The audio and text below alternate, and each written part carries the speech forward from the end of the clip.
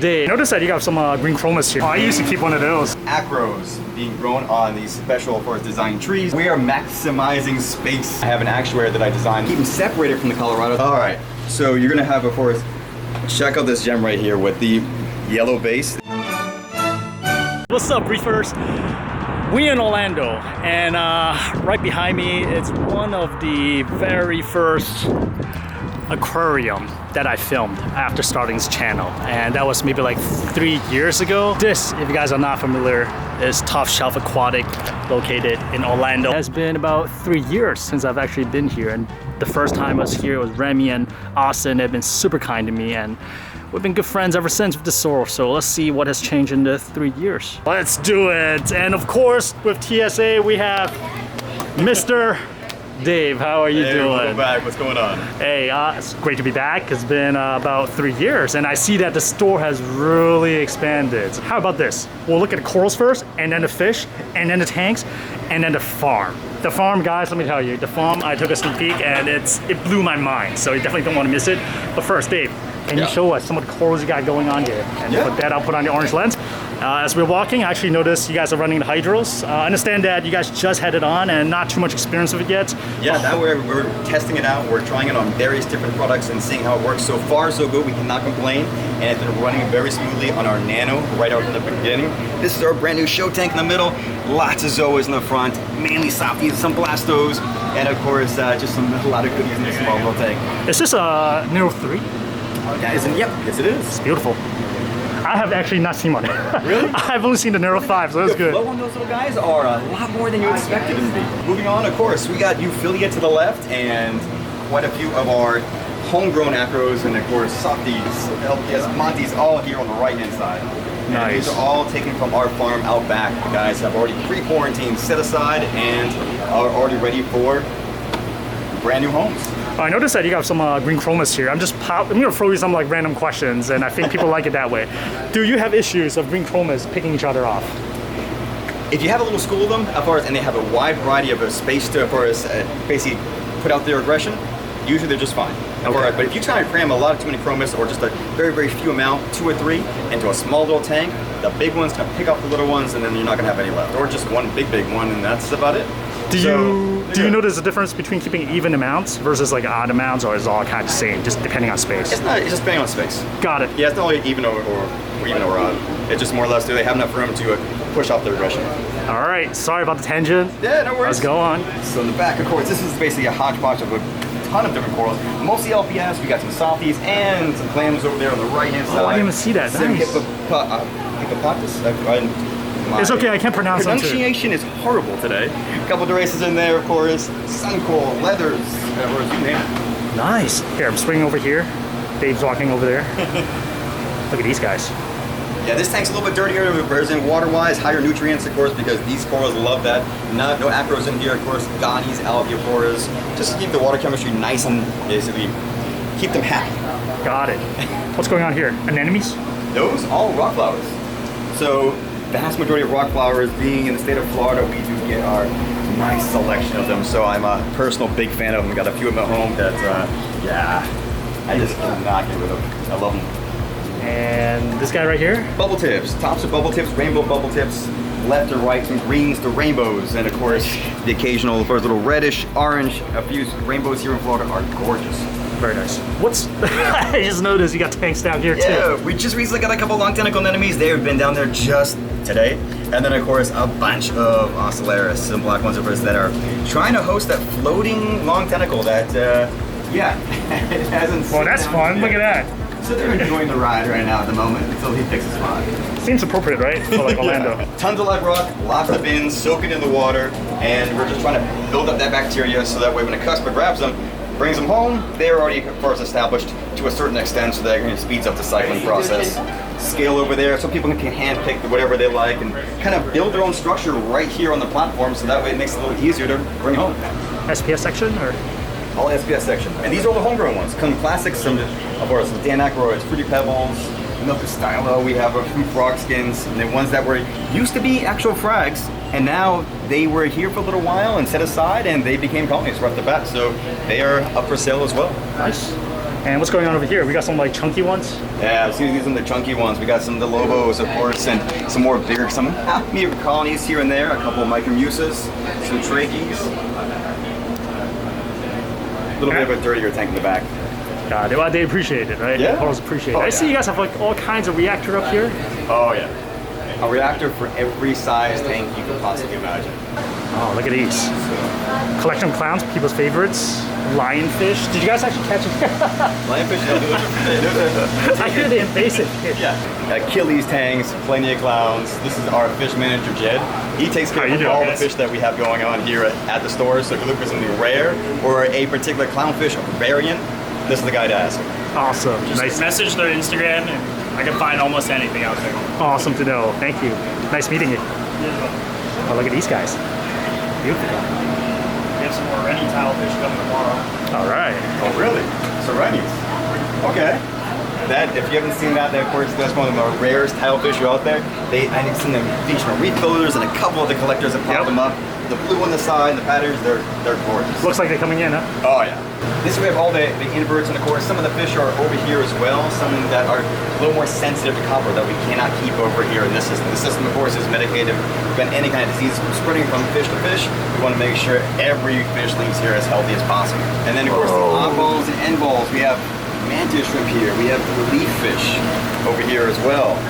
Oh, I used to keep one of those long time ago. When they were $20. Things are different nowadays. And then of course sea goblin. That's a funky fish.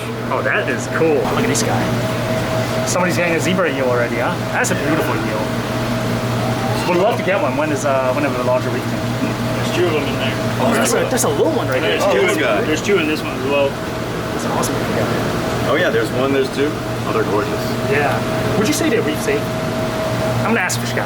Yeah, I would say that if you want to put an eel in a reef tank, zebra eel is probably your best option. I mean, I had a Formosa wrasse that was really tiny with those guys for a really long time. Never touched them. If it was like a snowflake or a moray, I wouldn't trust it as much. But zebra eels, I definitely trust a lot more. How about the golden? Is it dwarf golden? The golden moray? If you can find them, but you're just not gonna find them right now. Those are Hawaiian, so just. Oh, that's true. Yeah. I mean, obviously they stay small, so they can't fit much in their mouths. But for right now, it's just the zebra eels. Yeah, the zebra's beautiful. They get big though. That's what I hear. They get really big. That's what I hear. Oh yeah. So I see that you guys got some ghost shrimps in here. Are these like? Yes, when you used to have your frogfish, this is the So ones these I are was feeders, mentioning. right? These are actually feeders. These are actually saltwater, so they're not taken from fresh water and then converted. It's a different species. They never were actually they were always separate all from the beginning. So people were converting back and forth. There's some freshwater species. They're all ghost shrimp, but they're already called glass shrimp, which some people call locally, or you can actually find them in the coast right here off the state of Florida. Interesting. I did not know that. Yeah. I wonder if I've been feeding my old frogfish like freshwater ghost shrimp. To the right, we have a lot of rock structures that have been built by some of the staff and by Kevin Berta, the first gentleman you met earlier, who were doing the owners. He builds and takes pride in each one of his work. So a lot of them have a lot of open space as far as a lot of negative space, a lot of places to apply corals. You can build the rock structure off what he's already started for you. So when you ship them as far as around the country, and the vast majority of them are easy to set up, very simple and very dynamic. I want to say it's really, first of all, the rock structure looks really good and the price is totally fair. I mean, like, if you just buy the rock itself, it's almost that price.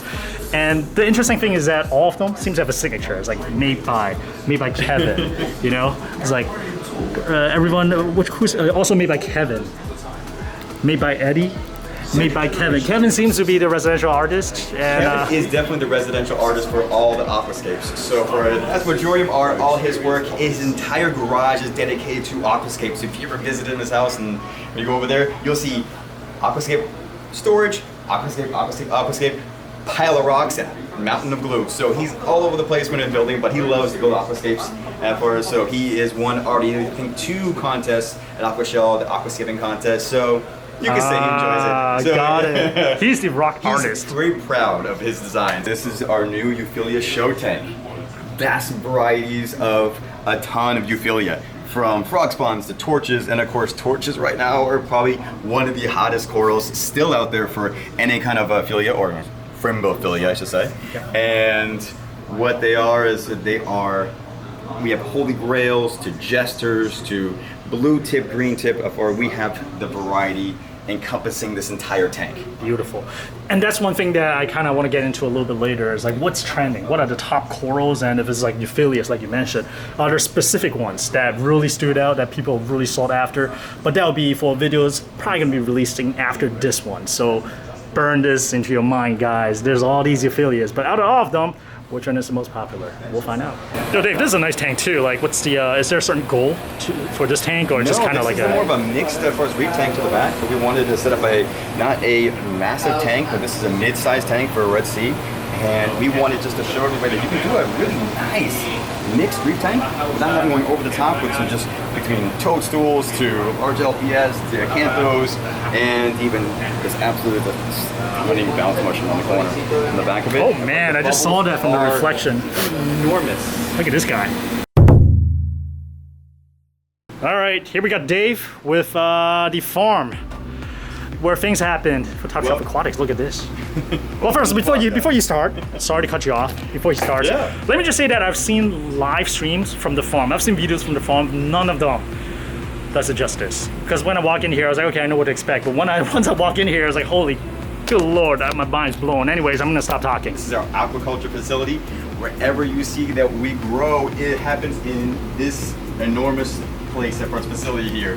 From acros being grown on these special, of course, designed trees that Kevin has put together, and it allows us to take the corals off and put them back on. It allows us to inspect, frag, and everything within. So this is the entire facility here. Now, okay, first of all, question already. Yeah. So I know that you guys do these PVC stuff, and the purpose is easy to remove the coral colonies, right? Yes. Does it kind of disrupt the corals when you remove it? Do they kind of like stall and stop growing for a while, or do they just don't miss a beat? No, not far as their growth is pretty steady. So if you take a coral off, and if you would take your clippers, put them in the water, and cut the coral, you're still disturbing the coral. You're still making a little nick. You're still as far as making a point where, of course, it needs to regrow over. Yep. So when we cut them and frag them, we put them right back on the same spot. They're no worse for wear. They're in great condition, and they keep growing. Got it. And right here, I assume is all your SPS. This is a little portion of our SPS. All right, let's move on. Let's go. Let's walk then. Let's walk. We got pom-pom of ours growing down there, and our refugium. Yes, and these guys. It is growing like crazy. We have some monos down there to help a little extra for bio load to all the tanks, because there are times we actually are low on nutrients, a lot more than you think. Well, so we needed to add it in there. Good question. You mentioned nutrients. What kind of nutrients are you guys kind of aiming for, and what does it normally settle at? For our nitrates and phosphates, of course, we always want to make sure we keep nitrates in the tank, because if you keep nitrates in the tank, you're going to basically balance out the phosphates, because if there's no nitrogen, the corals need that to absorb the extra phosphate and grow at the same time. It's almost like a balance between the two of them. Nitrate, we'll try to aim, depending on what system it is, we can go from 0.08 all the way up to as far as 1.4 roughly for nitrates. Phosphates, of course, we keep a little bit lower. You'll probably put those around, let's say about, try to keep them around 0.06. That's a really good way. Got it. All right, onwards. Yeah. These guys, frags? Yes, frags, and of course, ones we have on the website. So as you can probably see, we have zones. The zones are dedicated for what you see is what you get. So if you're looking for a particular coral, this place is enormous. So for us to find the exact coral that you basically picked online off the website, we know exactly where it is. We can grab it and pack it up and ship it off to you. And that's also one thing that I'm gonna kind of pick the brains at in terms of like what are the hot corals right now. And also, of course, we cannot forget about the classic. That's something that we'll get into as well. The top classic that people seems to still kind of like go towards. All right, so let's turn a corner. I noticed that we've just been walking this way, but let's really quickly check out here too. What's going on? We can go back down this way. This right here we have, of course, first tanks first. Of course, we're gonna have a ton of zoas. This is a lot of soft, a lot of zoas, a lot of zoa collections right here for the start. And then of course we have down below who has an enormous amount of, from just new startup colonies, from mushrooms rhodactis to blastos. A lot of blastos. Some phobias. This one's gonna be a low flow tank, low system, low light tank. That way we can get basically a different habitat for the corals. Okay, zoas. Got questions about zoas since we're looking at zoas right here. Yep. I see that you got a lot of them kind of touching each other. Is it totally okay for them to touch each other, like Yes. zoas? Zoas can touch each other. We usually have never any issues. The only thing you want to be careful for any zoa is that their growth rate. Make sure one doesn't overtake another. They're not going to sting each other or basically melt another one next to it. They're just going to grow over the other one. As you can see, Gatorades all over the wall in the back, those guys, yeah. and they have a extremely fast growth rate. So they can definitely take over their neighbors. So keep an eye on your zoas. Make sure they don't overtake their side partners, and they'll be good to go. In terms of fragging zoas, do you actually like cut them off to frag them, or do you kind of just clip the plate and then kind of mount them? Some of the best ways to basically clip a zoa is as long as it has some kind of substrate to the bottom of it, some kind of plate. If you cut the plate and get some kind of rubble on it, you can use that glue to actually glue it to another frag plug. If you're trying to glue the actual zoa to something else, it can of course slime up a little bit and then pop right off. Yep. Which you don't want. Sounds good. All right. Let's see. I know we completely missed this part. There's like corals all over the place. I noticed some of the corals are kind of mounted vertically. From Instagram, it looks like that's one of the new things that you guys are trying to do here. Yes, we are maximizing space from top to bottom, left to right, and all the way in the back of our tanks. From frag plugs to mother colonies, that back space is taking up more mother colonies so we can grow more corals at a very fast rate. So instead of top shelf aquatics now, you guys are like the side shelf aquatics. Wow, look at these guys. Oh, Space Invader Pectinia. What kind of lighting requirements do the Space Invader Pectinia? Space Invader, just keep it in lower, medium to low light, and Space Invaders, of course, they'll grow just nice. Keep them a lower flow. Keep them downflow from a lot of corals, because that super tentacle will, of course, will sweep and, of course, kill any of its neighbors. And that's why we have it on the corner. As the water flows this way, it pushes back towards the tank so it can't hit anybody. Beautiful, man. Look at this. And I completely, all right, let's walk back here real quick. I do have another question. Soft corals. Do you have any issue with like chemical warfare? So, like, do you run carbons or anything like that to? We do run carbon in the systems more for clarity, but we don't really have much chemical warfare with them, especially because of the amount of water volume we have. So this water volume dissipates any kind of chemical warfare that we would possibly have, even though we do have quite a few of them. Yep. At the same time, of course, they're not affecting any of the other corals and keeps everything nice and stable. How many tanks are pumped together here? Like, are these all together? Yes. Each Okay. individual row is home together. So we have 1, 2, 3, Yep. and all the stuff below is one system. So pretty much every single system in the farm, except for in the middle, are in threes. So 1, 2, 3 here, as far as 1, 2, 3 here, and each individual one has its own, as far as water system, its own sump, its own skimmer, and its own control system. So they are tested daily. Tested daily. Tested daily. So- We have entire farm staff dedicated to testing everything in this place. So we want to make sure that everything, that the water parameters for these corals are matching what they need the best to get the most efficient growth. And same with these guys. We want to make sure these guys grow as fast and as efficient as possible. So they might be a little bit different. So we might keep them a little dirtier or a little cleaner depending what system it is. Okay, test kits. What's your test kits of choice here? You have Hannah's, of course. We also have Saliford. Saliford is, of course, one of my favorites. It's a tried and true. And it's consistency, guys. Consistency is probably one of my favorite things to have for any kind of test kit. That way you can see the trends, if it's going higher or lower. And of course, and anything that's a little easier to read. Okay, I'm gonna ask you to be even more specific. More Like, Hannah, specific. what do you use it for? Like echoloti?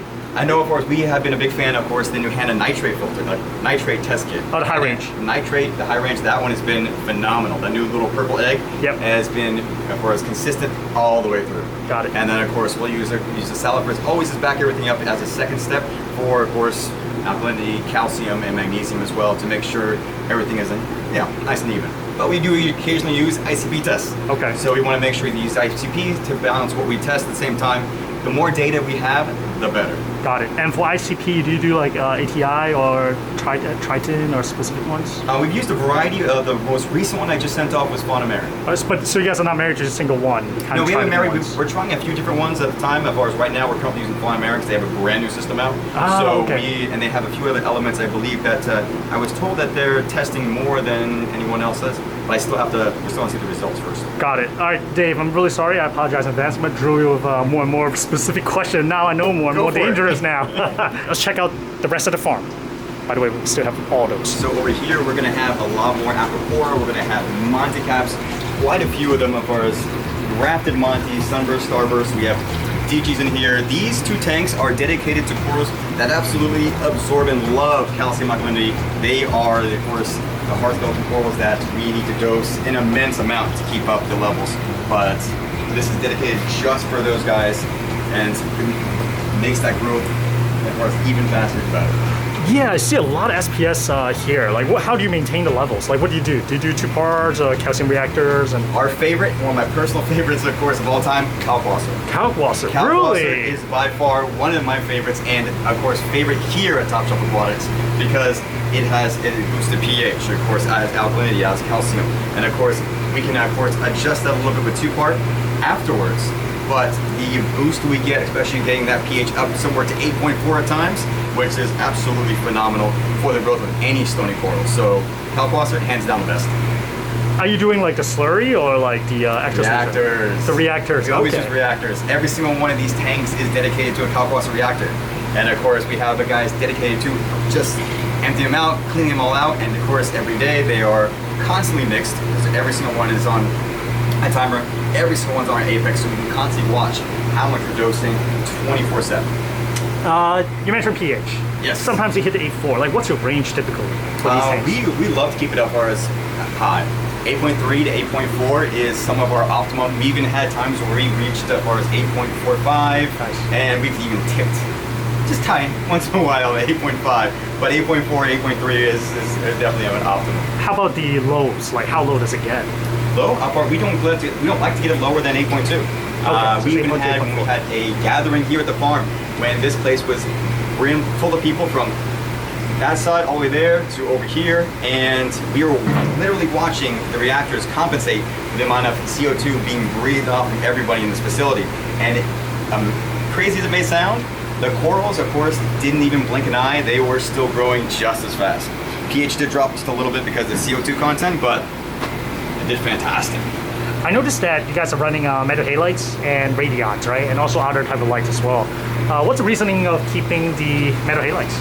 Metal halides, tried and true. Now, of course, with metal halides, they are going to have some of the best growth. And of course, they've been around for as long as most can remember.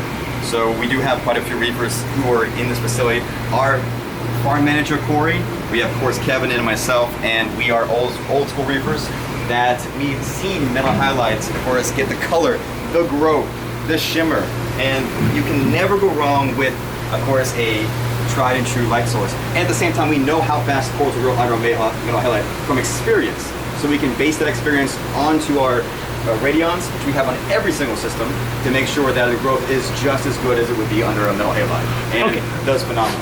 Okay, so I'm gonna ask you this. Yeah. You have radions and you have metal halides. Do you notice a difference in growth and coloration and health? You will get a little bit of coloration difference just because of the spectrum between a halide and of course a radion. Even though, of course, you have a light emitting diode that's going to be a slightly different light source compared to a metal halide. But the growth, and of course, radions as an example, since we've been experimenting and using them for so long, they can now keep up and compete head-to-head with any metal halide any day of the week. Man, these are ginormous. These are huge calves. That looks amazing. Oh yeah, this guy right here is probably about a good, I don't know, about 20 inches wide.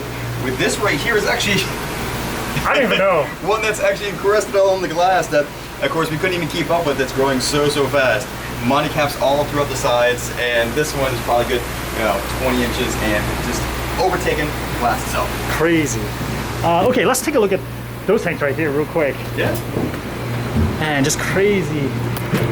The scale is just kind of insane. I'm gonna let Dave lead the way right there.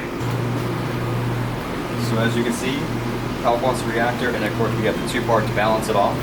So that way, of course, we can optimize the water chemistry as we please. And we have that on every system. It makes it that much. We love control, and that much control is phenomenal. That's a ridiculous size reactor. What the? Yes, that is our calcium reactor. This absolute beauty will be set up in the near future. So this is a georeactor, and this guy, of course, hopefully will come into action very soon. I am excited, and so is our farm manager, because this guy is going to produce an enormous amount of additive for the water. All right, what's happening over here? This looks like a more shallow reef. Yeah, this is, of course, we have an end tank on each one of these systems. Of course, this is actually going to be for 2 reasons. To make it really easy for us to place coral in here, and SKU them so we can put them on the website and for easy access for any kind of frags.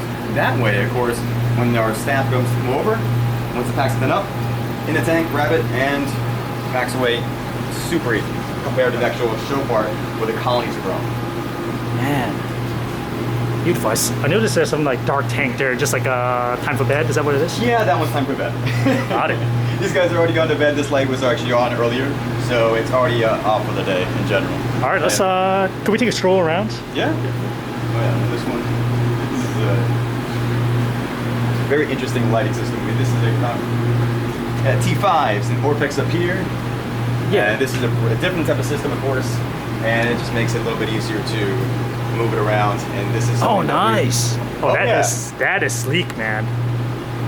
Push a button, goes up. It's like a standing desk. So this is a light design of ours that I have an actuator that I designed to put on top of the system, and it allows the employees, the staff, to go in and out of the system whenever they need be. So if we want, since these lights are not dimmable to an extent, yeah, what happens is we can raise and lower light at any particular point. That is very nice. Is it is something like this difficult to build? No, it's not very difficult to build. It's just a matter of getting the right amount of weight, how much you're going to be. Always expect how much weight you're going to put on the actuator. So I have a linear actuator up top. That's of course in a design of system where it pulls it up and down. We have a rails to keep everything in tune, or in place, I should say. And it's not that bad. I have a feeling in the future on a certain Queen of Something's channel, you may see it built for something like this. I don't know. It may be something of Reef. There's a good possibility. I am dying to make another one of these. This is I have a couple improvements that I want to add to the system, but I am very proud of designing it all together. So yeah, you may see one probably soon. Yeah. Somewhere. All right, let's take a look at the back, eh? A couple 1,000-gallon baths right here where we make all our fresh and salt water. I didn't even see this section. My goodness. Oh no, we're gonna be here longer. Oh no, wait, hold on. No. Oh jeez. Okay, all right, sorry. All right, Dave, we gotta speed this up if we want to get to the top 7 of the hottest coral and the top 7 of the classic corals. Oh, I know. All right, what's happening here? All right, so you got your Euphyllia guys. We got, of course, torches, hammers, frog spawns. We got a little variety, of course, some corals and leathers that we're kind of growing out. What's this? Up top, Chicago's. Oh. We are propagating Chicago's, of course, left and right. We have 4 little systems here. We keep them separated from the Colorados, which are on the complete other side of the facility. Just for a big precaution, because we don't want to mix them. Yeah, I was wondering, like, I know there's a whole big thing about not mixing high-end anemones versus like the wild-caught or cold, more common ones. There are conflicting ideas between the guys whether they could be or they couldn't be. But just as an error and side of caution, we keep the Colorados on the left, on the right, and then the Chicago's on the left. Got just it. to be on the safe side. Got it. And I just want to shout out to this. My goodness, look at that. Love that. If you like Dragon's Breath, that is where it's at. More frags, eh? More frags, these are the ones that we have on the website. So these are all skewed, so what you see is what you get, are collected all throughout here. That way we can ensure the frag that someone buys is the one that you get. And on top of that, as we did it on the other tanks putting corals against the wall, we've raised colonies right here in the dead center to make even more space for more corals to grow out. And we have mother colonies all throughout the center, from Paletta pink tip to our candlelight, pearl berries up here as well. I mean, we were trying to make as much room as humanly possible. Hey guys, you think if I erase these and put different letters on here, it's gonna mess people up? I'll be like, wait a minute. All right, anyways, not gonna do that. 3 years ago, I may. Oh, look at these guys. Do not move. Oh, no. Everybody's favorite. Right? Everybody's, we got some holy grails brewing in the back. These are still hot. These are still hot, huh? You know. Man, look at that. Oh, those are nice too. These are Gonipora-ish, of course, and then of course the Heaven's Gate torches on the right. Those are one of the new entries? Those are some of the new torches. That's by far one of my favorites. It's absurdly bright for any torch in general. Beautiful. Whew. All right, we'll swing around here. On this side, we got Micromuses, we got Recordias, Gonipora, and more, of course, skewed corals that everybody can see on the website Wissywig from Cybastrius, the Tropicana Twitch, which is a personal favorite. I love that one. It's like a mix of gold and a mix of orange. Absolutely stunning one. They'll grow over anything. Man, look at that. Morganis.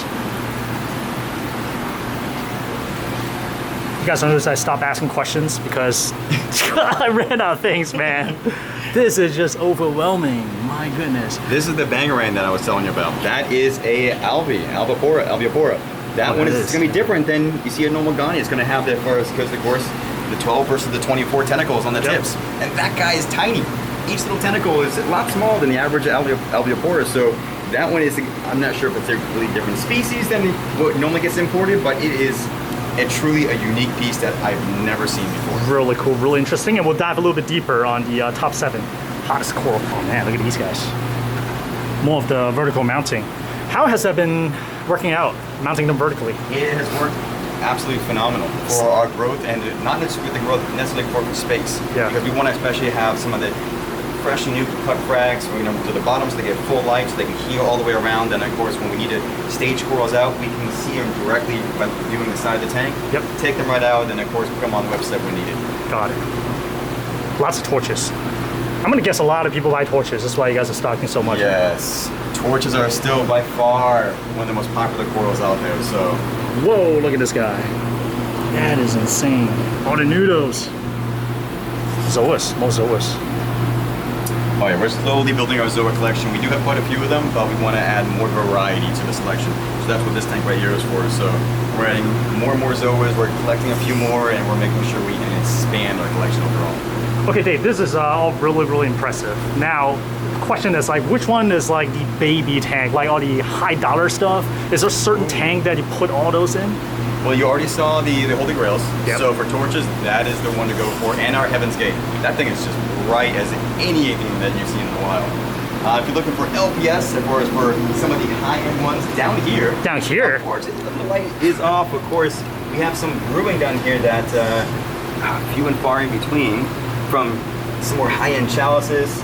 But if you're looking at acros, yep, that's going to be this way. You can see some of the most stunning, of course, high-end tenuous, some of the lava collectors. These things are going to be absolutely beautiful. The colors, the base color, the encrustment, the reds, the yellows, the golds are just going to blow you out of the water for the most. Now let me bring it over here. And I'm going to bring it on both sides. So some over here, of course, you'll see even classics like the Walt Disney already is bringing out the purples and pinks are just starting to explode right out of it. And quite a few, like our Rocky Balboa, I'll bring it to the other side. Now this is kind of the hidden nook in the farm. Anytime a collector is looking for high-end coral, this little nook back here, yes, where you're gonna find so many nice corals, it's absolutely insane. Hit me. All right, so you're gonna have, of course, check out this gem right here with the yellow base. This is gonna have, and then of course the red. Yep. That tenuous is absolutely stunning. The Rocky Balboa. Of course, we're gonna have quite a few. As Rainbow Fusion is one of our classics. It's gonna be the green base, red polyp, dark blue top, and I'm sure you're looking for. You can see I'm gonna hide it right behind here, and just see the frags. Wait, what? Watch behind. I'm gonna move this little nub here. What? And then you can see another, just one single frag of the Rocky Balboa, and then to the left you'll see an Angry Birds of it. Okay. What's up with the kind of like upside down plug that you removed? I'm just kind of this one. This one is actually to create a wall. This was to create a zone.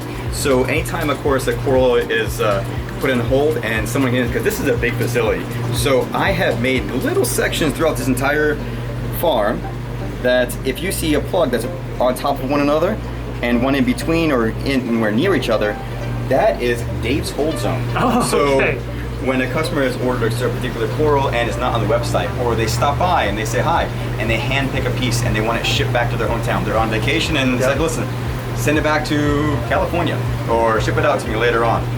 we put it aside so that way no one can touch it. And that way it's set aside for someone, and then once they're back home, we can ship it to them. Awesome. Yeah, you know what? That's actually a good point. Like a lot of people come here, Orlando, for vacation, and it's like, oh, I yeah. want to go. I see a coral that I like. What can I do?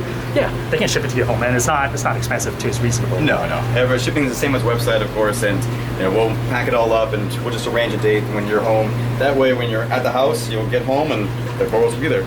Absolutely breathtaking. All right. Well, that was actually kind of like a trick question. I was wondering if you're gonna lead me to the metal halide tank. But I'm trying to see. No, I'm trying to see what kind of light you use for some of the like top shelf stuff.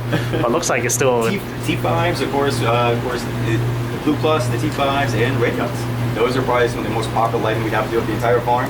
Even though we have the metal halides that we absolutely love, just because, of course, you're always guaranteed to get amazing color growth. I mean, metal halide is always tried and true. And it looks like the Radiance is a G4.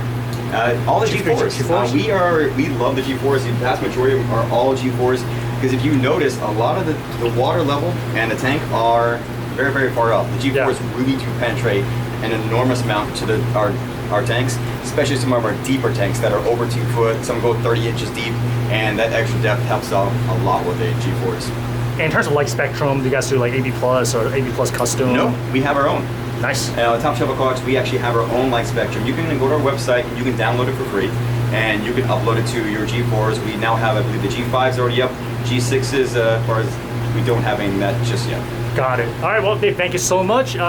Without pausing too much, we're gonna dive into the top 7 trending coral of 2022, as well as the top 7 classic, all-time classic. So there's something, a little something for everyone. So, Yeah, absolutely. All right, so grab some drink and then we'll dive right in. So thank you for tuning in, and I'll see you shortly.